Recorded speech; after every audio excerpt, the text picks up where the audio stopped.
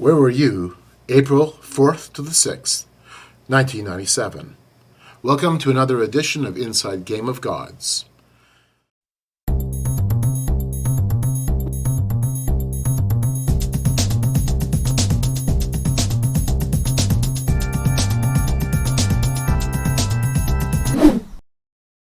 So, where were you on April the 4th to the 6th, 1997? I know where you were. You were in a special place.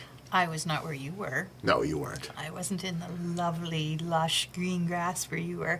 I was in a tour bus with 50 kids, teenagers, stuck at a gas station in Minot, North Dakota, and ended up sleeping in a bomb shelter in the basement of a high school in Minot, North Dakota during a blizzard of the century.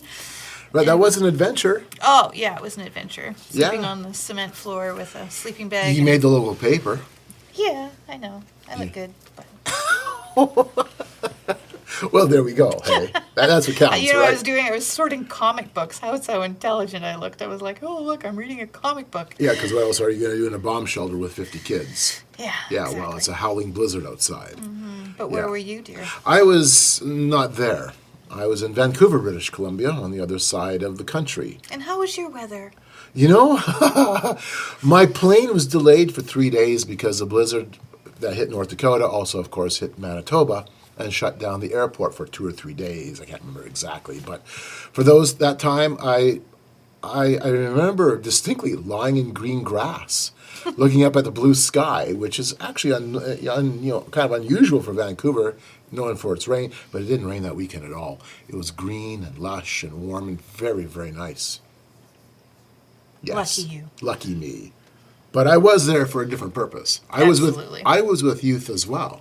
Mm-hmm. I was with school children too, but in a completely different context. That was the Global Citizenship 2000 Youth Congress, and that's what Chapter 2 of Game of Gods is all about, unpacking what that was like to be at that particular event, which was my first boots-on-the-ground research adventure, so to speak. It was my first time to go somewhere and to try to see how this worldview looks with my own eyes, observe it myself, not just simply read about it and see, does stuff like this really happen? Or is this just conspiracy theory? Is this just crazy talk? Well, it's not a conspiracy theory, and it's sure not crazy talk. It really does happen. So for that weekend, April 4th to the 6th, 1,000 days before the year 2000, that was a big deal, of course, back then. I was with about 300 school children, educators, community leaders, community organizers, some people from the Department of Education. I think the mayor of Vancouver came and gave an introduction. I mean, that's a long time ago already, 1997. Mm-hmm. But there's a lot of stuff that sticks in my mind because it was an eye-opener. No doubt. Well, and that's what we're trying to do here with Inside Game of Gods, is bring you sort of the backstory as to where certain chapters came from, how they got written, what was influenced in our lives that brought this whole thing about. So this week, or this episode, we want to bring you Chapter 2 of the book, Game of Gods. Yes, and Chapter 2 was it's just about the experience, because it was so remarkable for myself, and it should be remarkable. It was a taste of what the ideas of one world looked like, and how they were framing it, how they were thinking about it. More importantly, how that was being targeted to school children, and the idea of global citizenship. And today, I know in our province of Manitoba, global citizenship is part of, I think, the grade 12 curriculum. And global citizenship ideas are infused all across the Western world now. Well, and the one thing that comes to my mind is We Day. Right. That's a children, teenage, that influences a lot of children Absolutely. in our society. We see lots of examples of where now schools and school children, such as the We Day festivals, especially in Canada, We Day festivals are a big deal. Mm-hmm. Tens of thousands of school children bust in to stadiums to hear people like Al Gore, Mikhail Gorbachev, I know. They don't even know who he is, but they saw him. Yeah, and they're all cheering for him, and they've got like pop stars, and they're all being, boosted up to accept the idea that they are now going to be Social justice social warriors. justice warriors, really saviors of the world. Yeah, That's what it boils down to. because their parents screwed up. Yeah, I know. And you specifically have had to kind of deprogram young people who have gone to We Day, Yeah. just challenging them on their worldview, on their assumptions. Right, right. Really challenging on the assumptions. Yeah. This particular event for me, it was eye-opening because, and I guess troubling too, in that youth were being specifically targeted to be the leaders for tomorrow in bringing about one world. And it was done in a roundtable format, a lot of it, was A it lot not? of it, yeah, workshops, discussions, mind mapping sessions, all kinds of little group activities. As Robert Mueller, the former United Nations, he was an official with the UN, a former United Nations official, was talking all about how he specifically was involved in bringing about one world, and I think he was like the father or the Grandfather. you could call it, He figure says- that was there. Yeah, he said, in fact, you quote him, I read it here not long ago, that he says, I'm the grandfather of religion or something. Of the United Religions Initiative, That was yes, it, of United yes. Religions, Yes. because he was the one who already in the early 1990s, I believe it was at the Parliament of World Religions in 1993, was suggesting what we need is a United Nations of religions, and then that idea kind of got boosted in 1995 during the United Nations 50th anniversary in San Francisco. And it became the United Religions Initiative, which the original hope was to create literally a type of UN for religions. It didn't turn out that way, but that was the dream, that was the aspiration. So I remember distinctly, in fact, I document it, that he portrayed himself that way. He was the father of United Religions. Right. He was so excited. I remember his excitement. And he was his message was very pervasive, or pardon me, very persuasive, in that it was had an emotional appeal to it. You as children, you are divine. Cosmic energy is in your hands. And then he had this dialogue between himself and Mother Earth, and that was very compelling for these children, very emotional for these children. Have you ever thought about how old those children are now? Yeah, I know. Because the youngest ones were at kindergarten, right? That's right, So and then all the way up to so university level. Right, so 5 years old plus, say, first, second, third year university. So they were from 5 to, say, 25. Yeah, So 23 years later, or 22 years later, those kids are now 27 and almost, well, they'd be in their 40s. right. And they will have been teaching now for those kids that were in university. If they continued Because in their they'll- education, they were taking education. That's right. They were going to be our future teachers. Exactly. So Yep. now they've been teaching for 20 years. Right, right. And they've been taking that curriculum that they wanted to bring in to the education system. worldview. And just poof, out it went to Canada. In fact, for one of the exercises, I was assigned, because I came as an independent, I was assigned to sit with the university students. And they recognized that what was being discussed was a worldview with a spiritual foundation behind it. There was no hiding that. Robert Mueller he never hides that. He was always talking about creating a planet of God. His book New Genesis mentions we're all creating a planet of God, and very spiritually oriented. And the students from the university clearly said, we need to make this a virus, inoculate everyone. Yeah, infect everyone, no inoculation. Yes. So in other words, there's no remedy to not get this. That's right. That was their view. That's where we needed to take this. Make it a virus, no inoculation, infect everyone.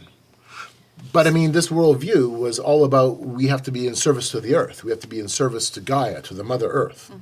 And so we got, as participants, these little symbolic Global Citizenship 2000 passports. And you could put down your friends' names and all kinds of, And their phone and their numbers. photo numbers and autographs. Keeping It was just kind of a track. fun thing. And they had poems in there. In fact, one of the poems from Robert Mueller, Decide to be a Global Citizen. Should I read that? Yeah, sure, go ahead. Okay. I'll do my best. Decide to be a global citizen. a good inhabitant of the planet Earth, a member of the great human family. Pray, think, act, feel, and love globally, and you will aggrandize yourself. Sorry, aggrandize yourself to the outer limits of being. Know this planet, love this planet, care for this planet, for you come from Mother Earth. I don't.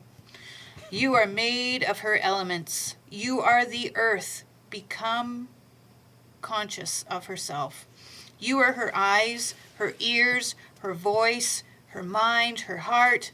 Save your Mother Earth from her matricidal children who destroy her, who divide her, who spite her with nuclear arms, who hold their territories to be greater than the globe, and their groups greater than humanity. Unite, global citizen, to save the earth, to save and heal planet Earth, and to make our mother bloom again as the most beautiful planet in the universe. Okay, can we pick this apart? There's so many things in good here. Inhabitants of planet Earth. Pray, think, act, feel, and love globally. This is the line that's kind of crazy. And you will aggrandize yourself. You will lift yourself up. Oh yeah, that was a word I couldn't say. That's okay. And you're going to be bigger than yourself to the outer limits of being. Interesting language. What does that mean? Oh, this is your divine self. Robert Mueller told us on a couple of occasions that you are divine beings. You are divine energy. You are aggrandized. You are larger than yourself. You are part of the cosmic wholeness. Know this planet, love this planet, care for this planet.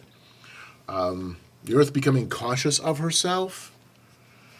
Okay, I this is the language. I know. This is the language that you read all throughout the New Age. Mm-hmm. You see this kind of language. It's prevalent in eco-spirituality, mm-hmm. Deep green. And then this line, for me, that it kind of hits me. Unite global citizens to save and heal planet Earth.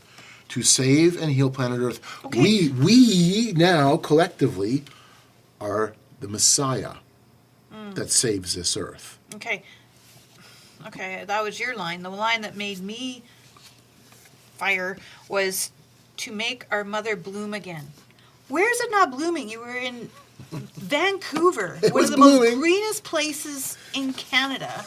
It was green. You were the one sucking the snowstorm. I was in white nothingness. And you're wanting to make our mother bloom again. Where's she not blooming?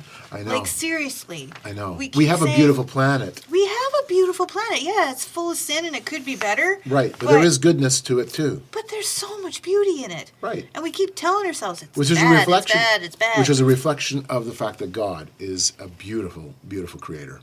Yes. Absolutely. But this makes me mad because you're telling the kids, make her bloom again. It's like, it's not. As if you're the one who now does it. Exactly. Like you're I the make savior. It rain. You're the savior of Earth. Like I would have called that snowstorm down and made me stay in a bunker. Yeah. Like, I wanted that so bad. Some of the interesting things that took place were every school that attended, and a multitude of schools attended. Each school was supposed to have school projects, ways to represent that they were good global citizens, and so the schools broke down into their different teams. Tell us about that. Yes, in fact, this is one of the documents I've saved from the event. I've got a whole thick folder, including the transcripts I did of Robert Mueller's speeches. Pretty radical stuff. Mm-hmm. Some of the schools, these are some of the ideas. I'm going to read a number of them. Have students from around the world form solution-oriented conferences dealing with topics on education and the environment. Their recommendations for their global future in these areas shall be passed on to adult governing bodies. Okay. Greta? Yeah, exactly. Here's another one. Spend money developing affordable, non-polluting transportation. Examples. Solar-powered vehicles, hydrogen-powered vehicles, electromagnetic vehicles, roadways that are like huge conveyor belts. Keep in mind, these are school children. But I mean, this is... Okay, but now they're 40-something years old. Right. And back then, now they're of course, pointing at the oil and gas industry and whatnot, saying, well, this is not sustainable. This is all horrible, horrible. Post opinion boxes all over the world and have them regularly reviewed by an international committee. I love that. What we need is more opinions. Yes. Commission artists to create artwork that reflects global citizenship. I've seen that. This is visionary art. Yes, yes. This is the new artistic movement of visionary art that I have personally encountered and seen when I've been at transformational festivals. That fits. That kind of fits that mold. I want to do a whole episode on art. Oh, we have to down the road. Yes. Completely, I know. Yeah. This one was great. And our son Scott, who's behind the cameras here, he enjoys virtual reality. I've been involved in going into VR worlds.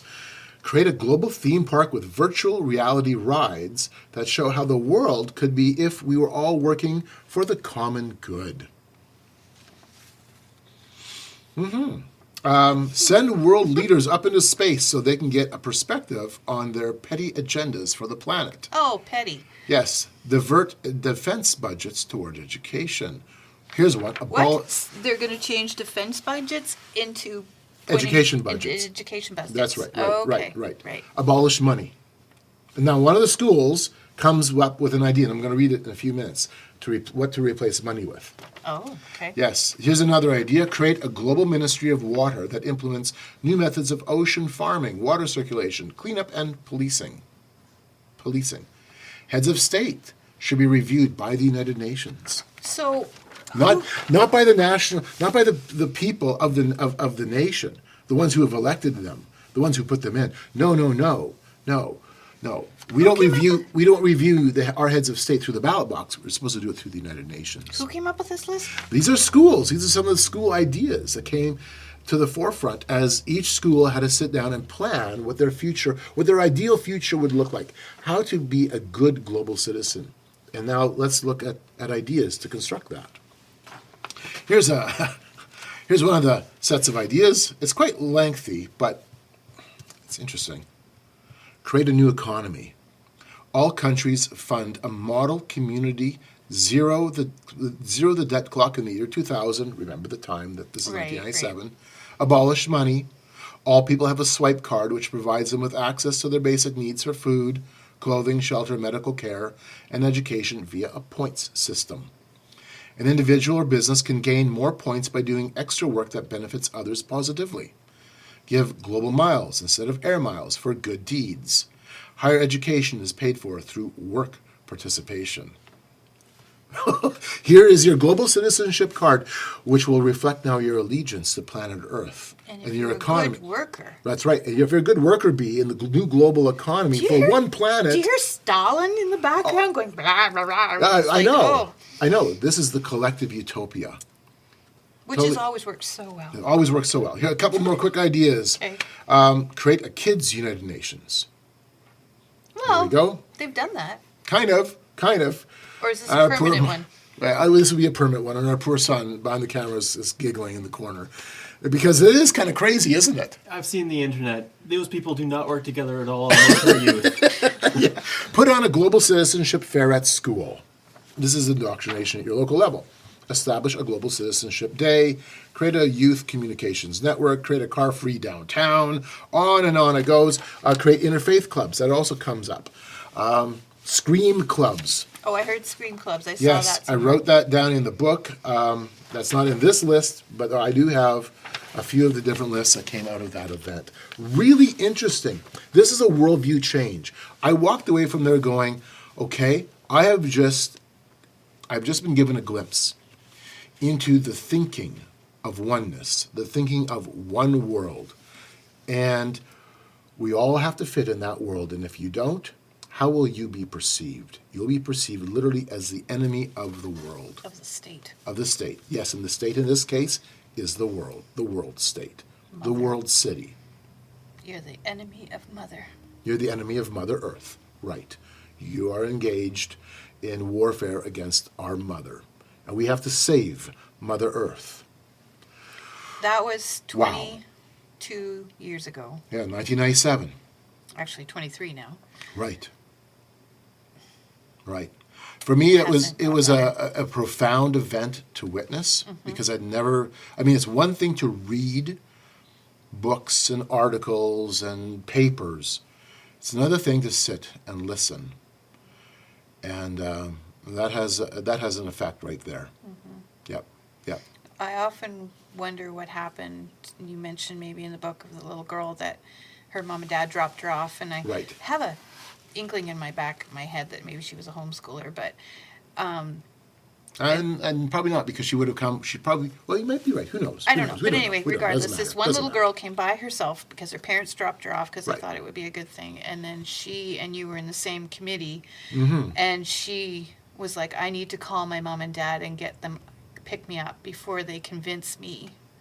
And children were talking about not having children. And she Right, was right. like, I got to get out of here before they convince me not to have my children. That's right, because population was a big deal. We were Right. told over and over again that the biggest problem of Earth was the cancerous human population, Exactly. and that we need to get rid of children. And during the Q&A, one girl, she was about 14, stood up bawling. She was weeping, demanding the end of children. Right.